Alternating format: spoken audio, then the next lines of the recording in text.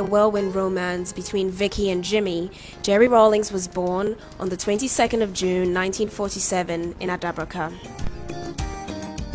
As a child, he attended Mrs. Sam's school, where he developed a love for the arts, playing in Julius Caesar and other Shakespearean roles.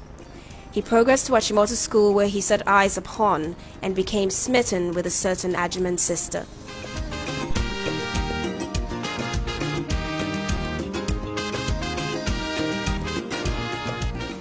After Achimota School, they went their separate ways. Nana Kunedo went to the University of Science and Technology. While pursuing her degree in interior design, she immersed herself in university life, making lots of friends and taking part in various activities. Jerry John, on the other hand, joined the armed forces to become an Air Force pilot. Flying was his passion, and therefore it came as no surprise when he'd won the Speedbird Trophy for outstanding performance in the flight school. The Speedbird Trophy went to Lieutenant JJ Rawlings for being the best Air Force cadet of the flying training school.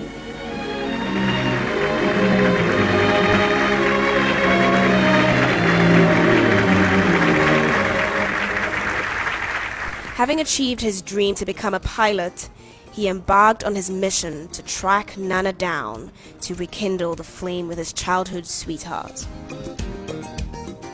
After a very long courtship, lasting almost a decade, they got married on 29th January 1977.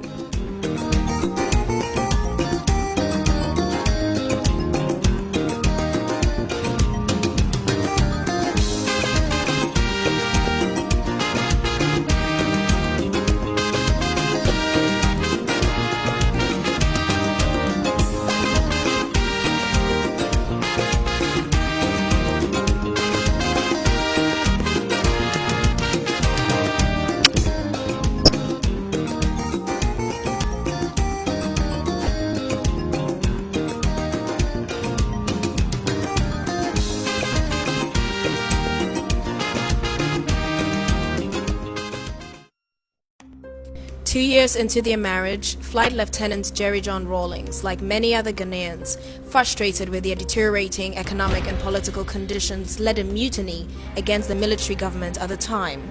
Following an unsuccessful uprising, what should have been a closed military trial was opened to the public in an attempt to make scapegoats of Rawlings and his men. For the first time in Ghana, a group of junior army officers had attempted to pull down a military regime made up of senior army officers. One could say that the abortive attempt had been brought about by extremely compelling factors. The trial of the coup plotters was very revealing. JJ Rawlings, who boldly owned up as the one person centrally responsible for the attempt, gave cogent and infectiously popular reasons to explain why the attempted coup was justifiable. This titanic force, gigantic in all dimensions, broke loose on June 4th, 1979, with JJ Rawlings coming out of condemned cells to lead yet another military regime.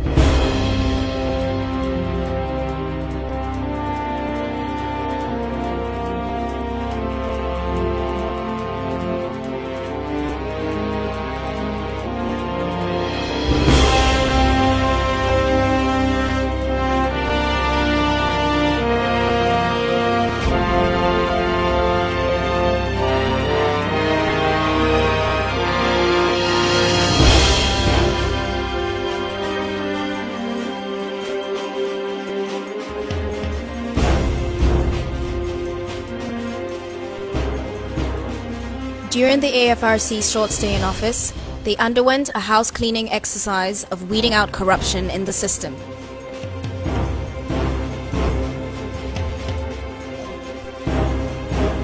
The AFRC did its best in the short space of time to throw a searching light into the dark recesses of corruption in the country.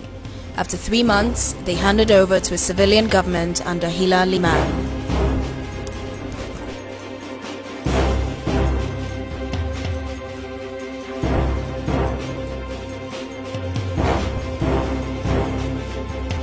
We of the Armed Forces Revolutionary Council during our short stay in power, have demonstrated openly what many people had only suspected before, namely, that the holding of office in government in this country had in almost all cases been used to plunder the wealth of the nation. Ghana is looking up to you. Thank you.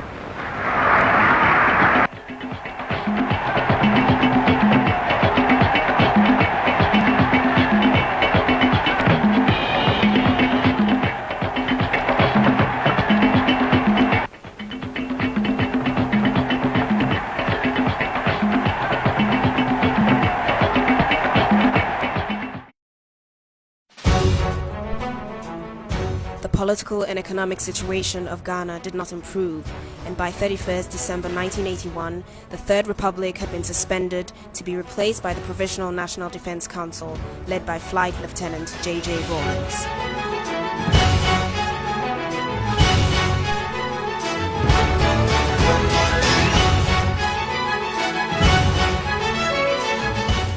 Rawlings had a natural touch, a man of the people. He connected with the masses and they loved him. His style of leadership gave power to the people, that they have a right to hold government accountable. In his usual hands-on approach, JJ and the PNDC mobilized the students and professionals to join hands with the masses in rebuilding Ghana.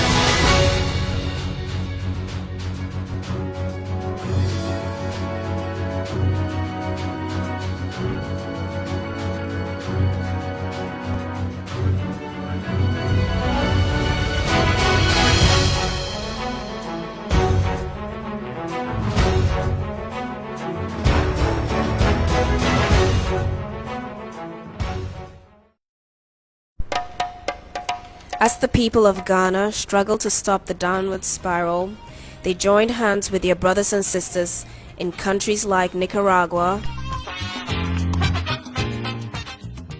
Cuba, Suriname,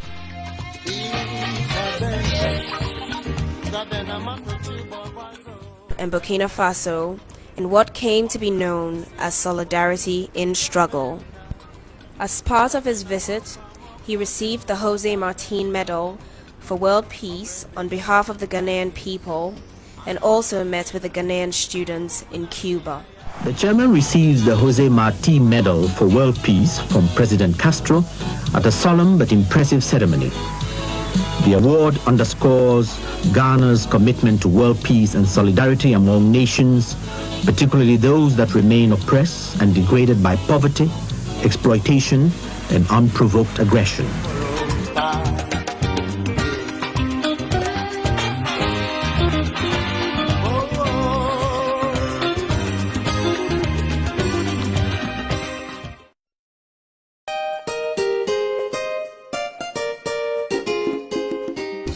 Statesmen and world leaders, impressed by JJ's vision and his leadership style, paid visits to Ghana to show their support and forge closer ties with the country. Flight Lieutenant Jerry John Rawlings symbolized the new Africa rising out of post-independent neo-colonialism.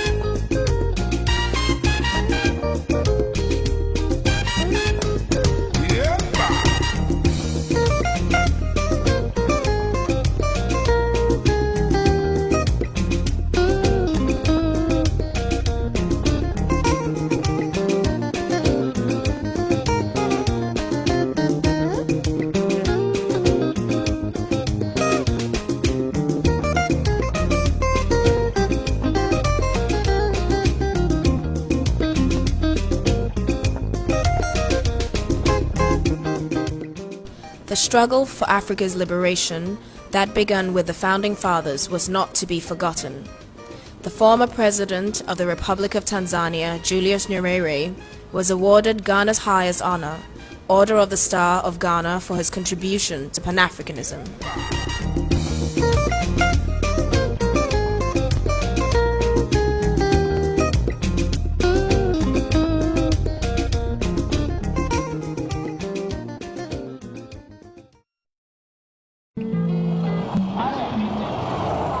JJ's popularity, like the wind, spread to neighboring African countries, and on his arrival at the 11th Summit of the Economic Community of West African States in Lome, Togo, the crowds of people lined the streets to catch a glimpse of the man who brought back hope to the Ghanaian people.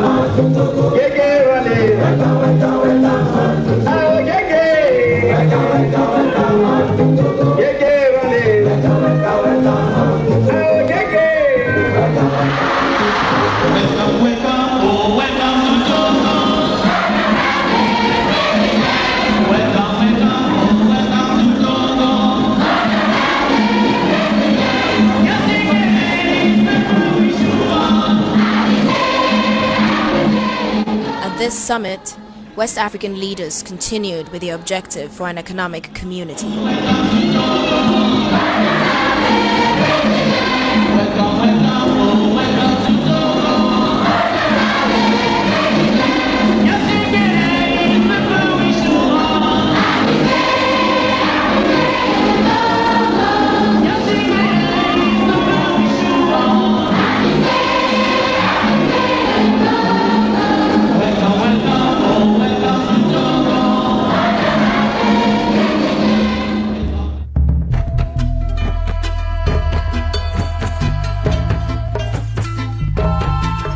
Jerry John Rawlings was welcomed in Addis Ababa for the 25th anniversary of the then Organization of African Unity.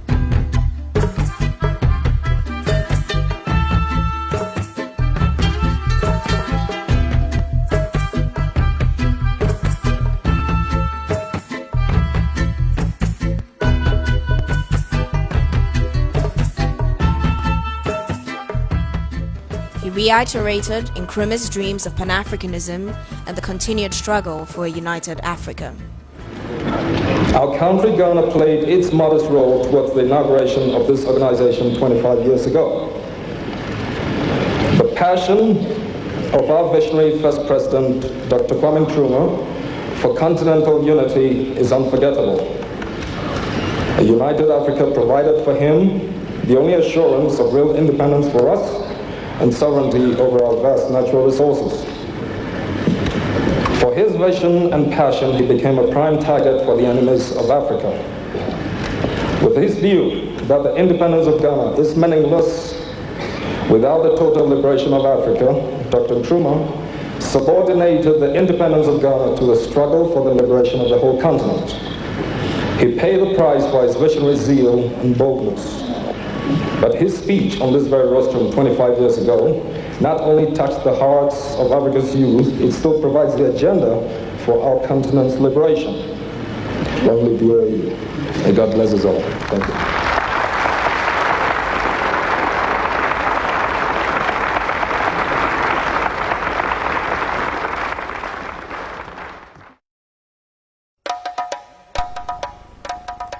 Back on the home front, the process of economic recovery continued, and contact with the grassroots maintained. This kind of popular support kept a strong base for the continued governance of the PNDC. It is only by collective effort that the nation's problems can be solved. There are still some people who would like the nation to go back to childhood. But we are grown up, or should be.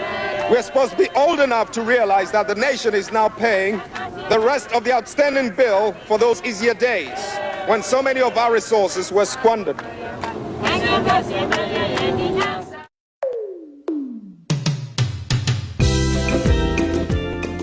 With the willpower of the Ghanaian people, combined with the dedicated visionary leadership of Flight Lieutenant JJ Rawlings, the country embarked on an economic recovery program whose sole objective was to lift the people of Ghana out of economic and political decadence.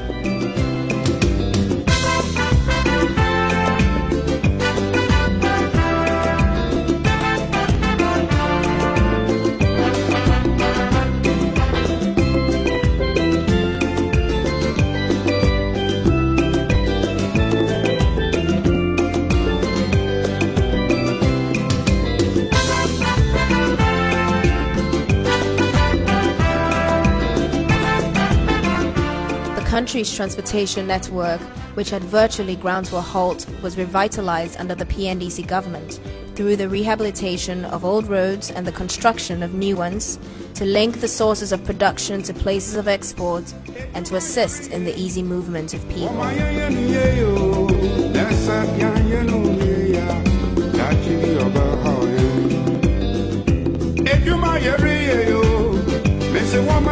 To connect villages, towns, and cities separated by rivers and lakes, bridges were also built to make the transportation of goods and services among communities easier.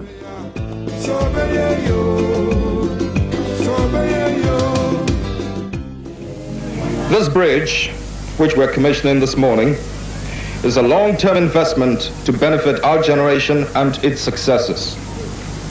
It is only one of many infrastructural projects that the PNDC is undertaking around the country to ensure that the economy does not falter again.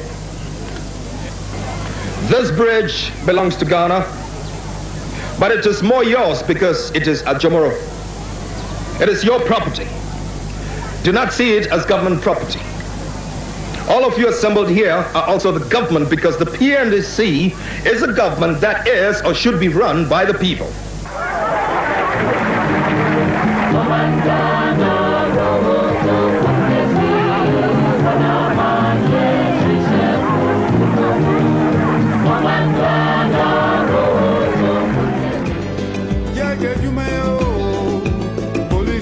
Electricity, which was previously enjoyed by few, was now available to more citizens of the nation.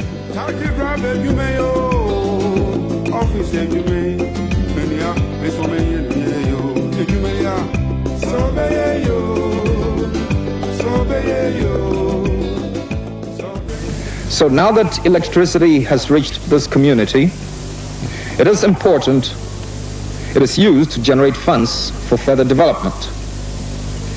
This area, as you know yourselves, is rich in resources.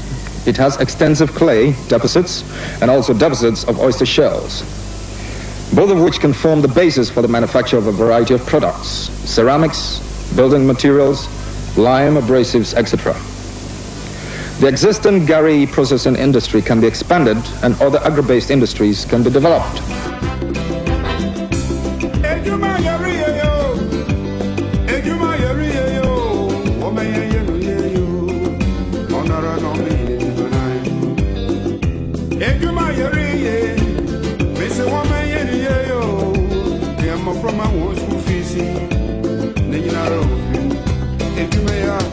So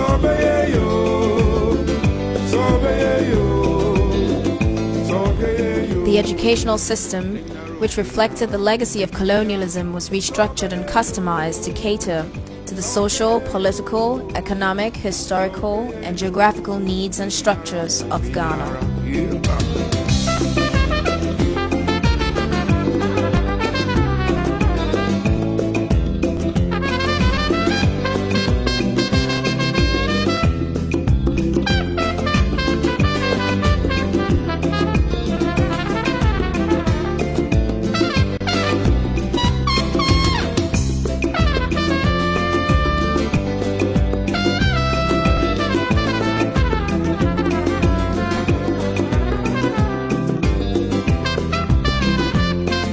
Health was a central issue in structural adjustment. Inoculations of the 6 killer diseases were compulsory for every child, leading to the eradication of polio.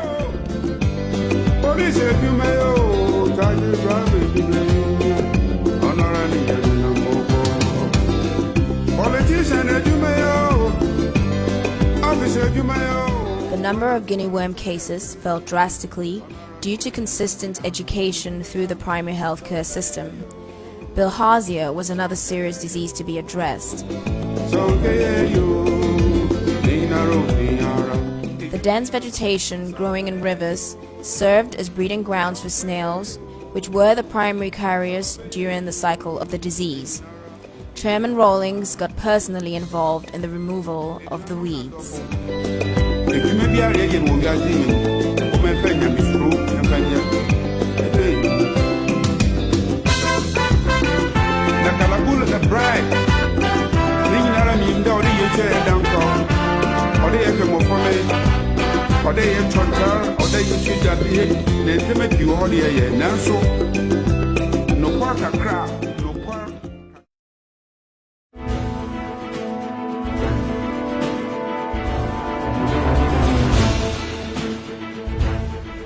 Honor and integrity were returned to the Ghana Armed Forces and Police, who undertook regular refresher courses in Asutreri Training Camp and other camps.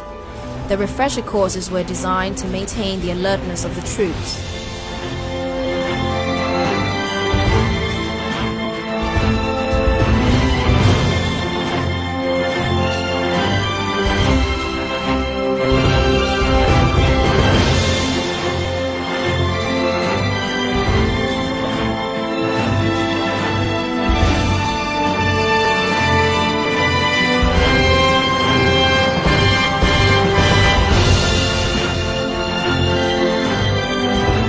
The exemplary performance of the Ghanaian troops in peacekeeping missions won Ghana a Nobel Prize in 1988. Their dedication to their profession was vital in the fight against smuggling and illegal drug trade, diminishing the supply and trade of drugs in Africa.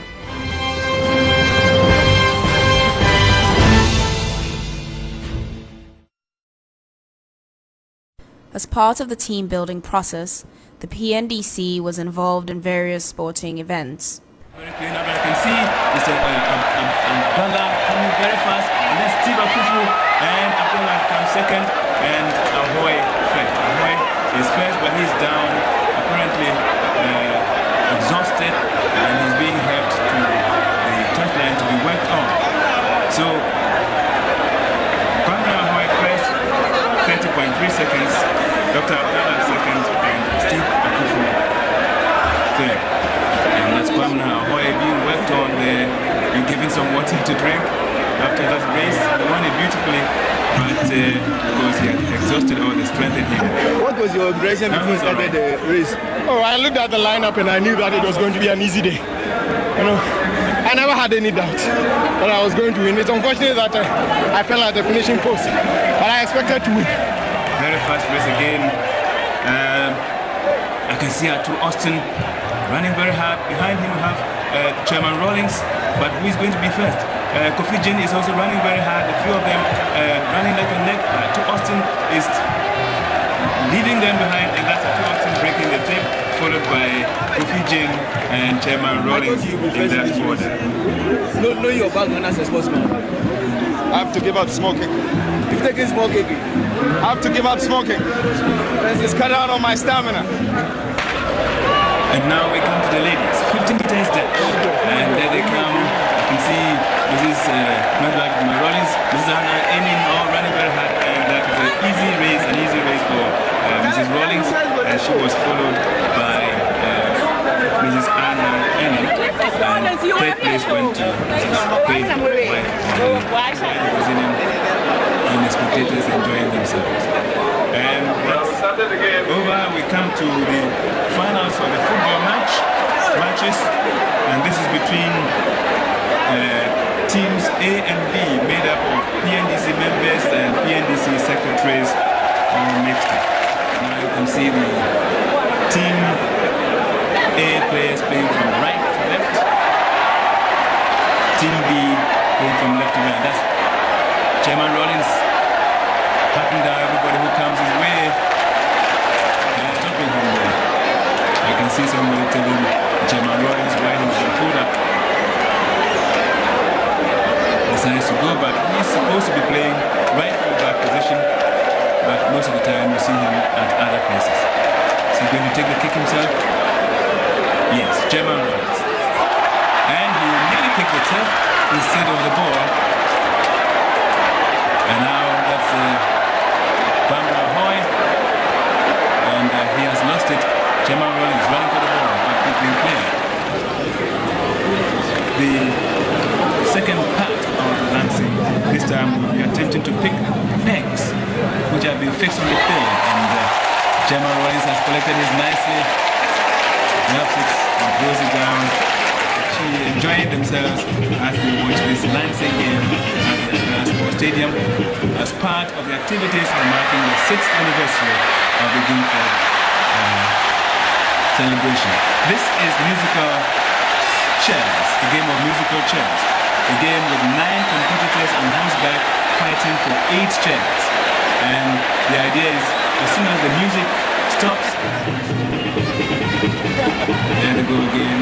Nobody knows when the music will stop. And the music stops there. A scramble for a chair. Chairman Rawlings gets one. And is very lucky so far. Perhaps I shouldn't say very lucky. Fighting hard for the chairs. Because we really have to fight in order to get there. Awesome. Horsemanship, skill, alertness. See who will get the last chair. There we go. Music still being provided. There we go around.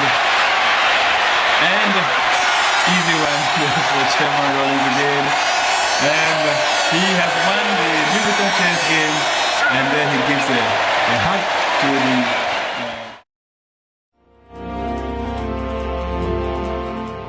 And on June 4th every year, the flame was lit in memory of fallen heroes.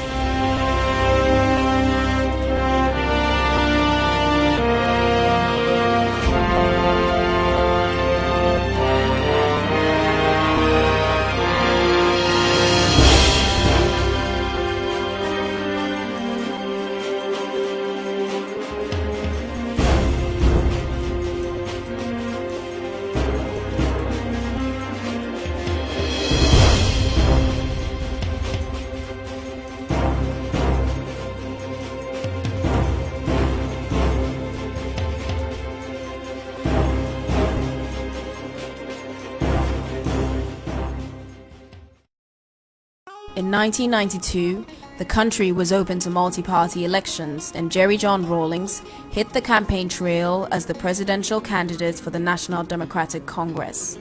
The NDC has a vision of social development, economic justice, integrity, and accountability. As he spoke on the podium, "This country is not going back. She's moving only forward." It was clear that JJ was still a man of the people. He continued to hold true to his beliefs that enabled him to rise up against the economic injustice of the 1970s.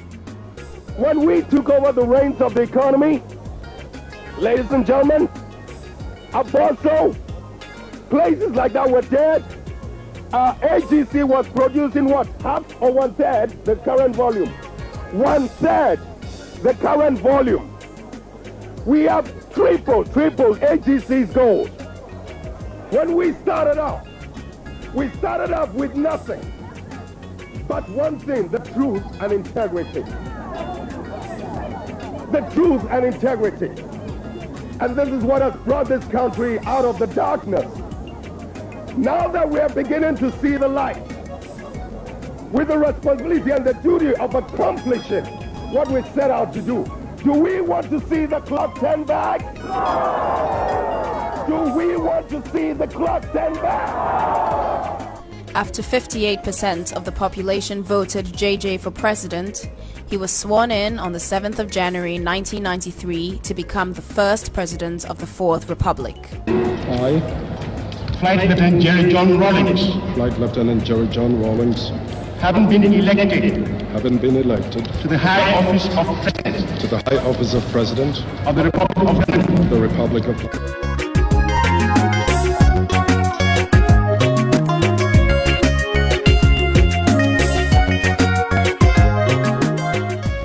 And in 1996, President Rawlings and running mate Professor Atta Mills were on the road campaigning for re-election, which they won. This victory is not a victory to sleep, it's not a victory for laziness, but it's a victory to work even harder.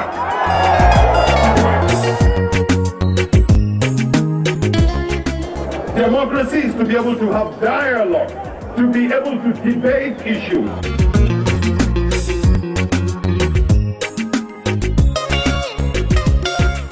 Together with Cabinet, the President and Commander-in-Chief determined general policy of the government. He consulted with traditional leaders as well, which kept him in touch with the grassroots.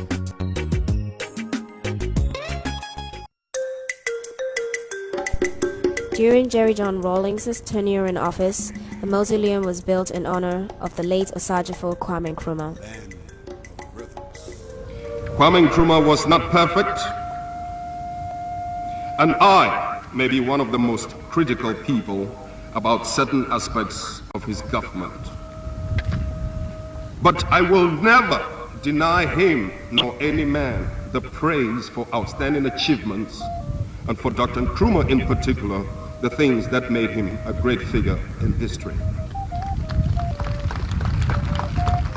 On this 32nd anniversary of Ghana's Republic Day, we are laying Dr. Nkrumah's remains to rest at the site of his greatest triumph.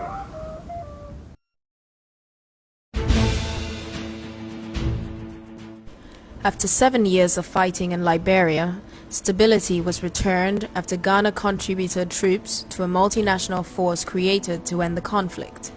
Jerry John Rawlings played an integral role in the final peace process, which was brokered through the Economic Community of West African States. The instability of Liberia is affecting the stability of the sub-region. It's making it difficult to attract investment. It's making it difficult, to improve the image of Africa.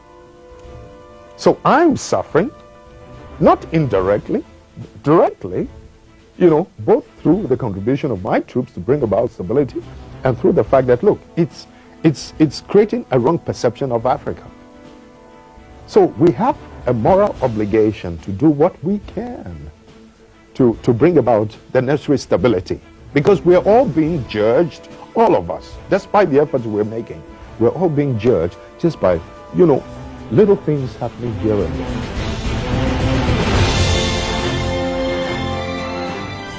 Quite frankly, I just don't think it's fair and right that Liberia, that used to be, a former colony of America, should have degenerated into a carnage of that kind, and yet no Western country lifted a hand to assist her. And yet she didn't actually need that much. But when it comes to the European theater, the whole of Europe, NATO, the US, everybody pumps in all the necessary resources. And yet we didn't need a fraction of that to assist us in Africa to deal with our own problem. And it's not as if we were not making, our own efforts as members of the ECOWAS community when we put together some troops to move into Liberia and to stop the carnage. we didn't have enough resources. All we could, and being members of the UN, quite honestly, I mean, there was no reason why they could not have assisted us in a very humble way. And had they done so, we could have brought this Liberian situation under control a much longer time ago.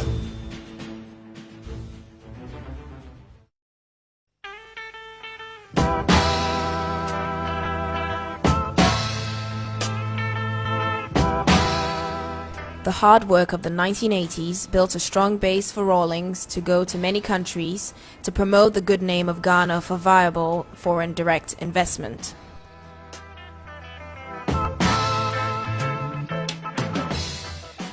It might be going too far to say that we're hoping to become a trading powerhouse. We're only making our very humble effort. But the point is that precisely because of the political stability that we've enjoyed in this country, I mean, the world has virtually come to our assistance, you know, led by the IMF and the World Bank, as well as some of the other Western communities, in order to help us lay the foundation for a developmental takeoff. We've used these resources to build roads, to extend electricity into as many regions as possible, and very soon there will not be a single district in my country that will not have energy. In other words, there will not be a single place in that country that will not be, you know, potentially viable for industrial takeoff. Yeah. So that we virtually lay the foundation now for, you know, developmental takeoff. You want businesses to come in. That's one of the reasons you're going around the country. Precisely. Yeah. And that's part of the reason why we're here. If I may use the word seductive. We're here to seduce as many American businessmen as possible to recognize that, you know, for all the efforts that we've made, I think it's only obligatory on their part to do what they can to invest in my country. In the process, he was given awards and the keys to various cities for putting Ghana back on the map.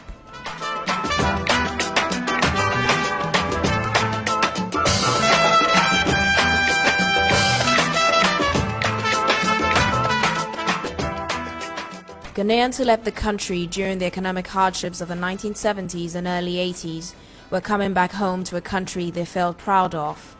Foreigners as well took advantage of the country's political and economic stability, which further stimulated economic growth.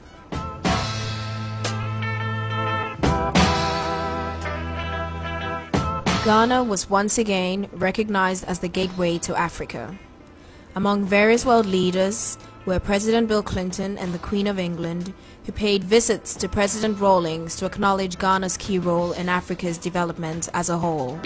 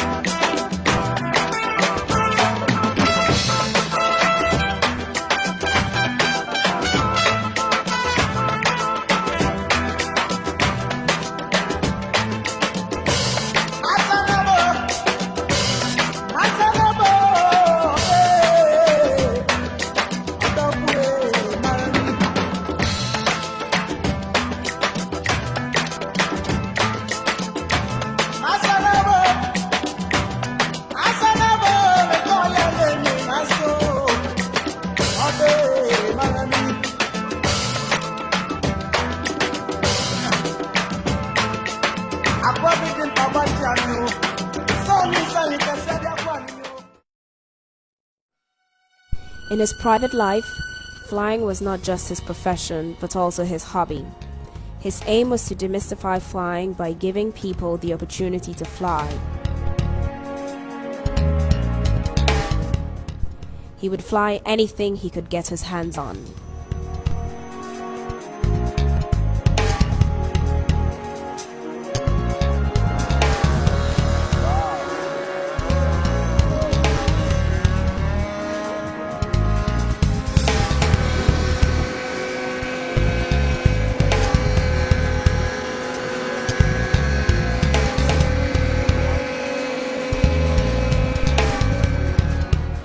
Jerry Rawlings, your wife, children, and little Leilani wish you a happy birthday and thank you for being you, for your love, your honesty, your humor, and for being the coolest dad and granddad ever. Happy birthday.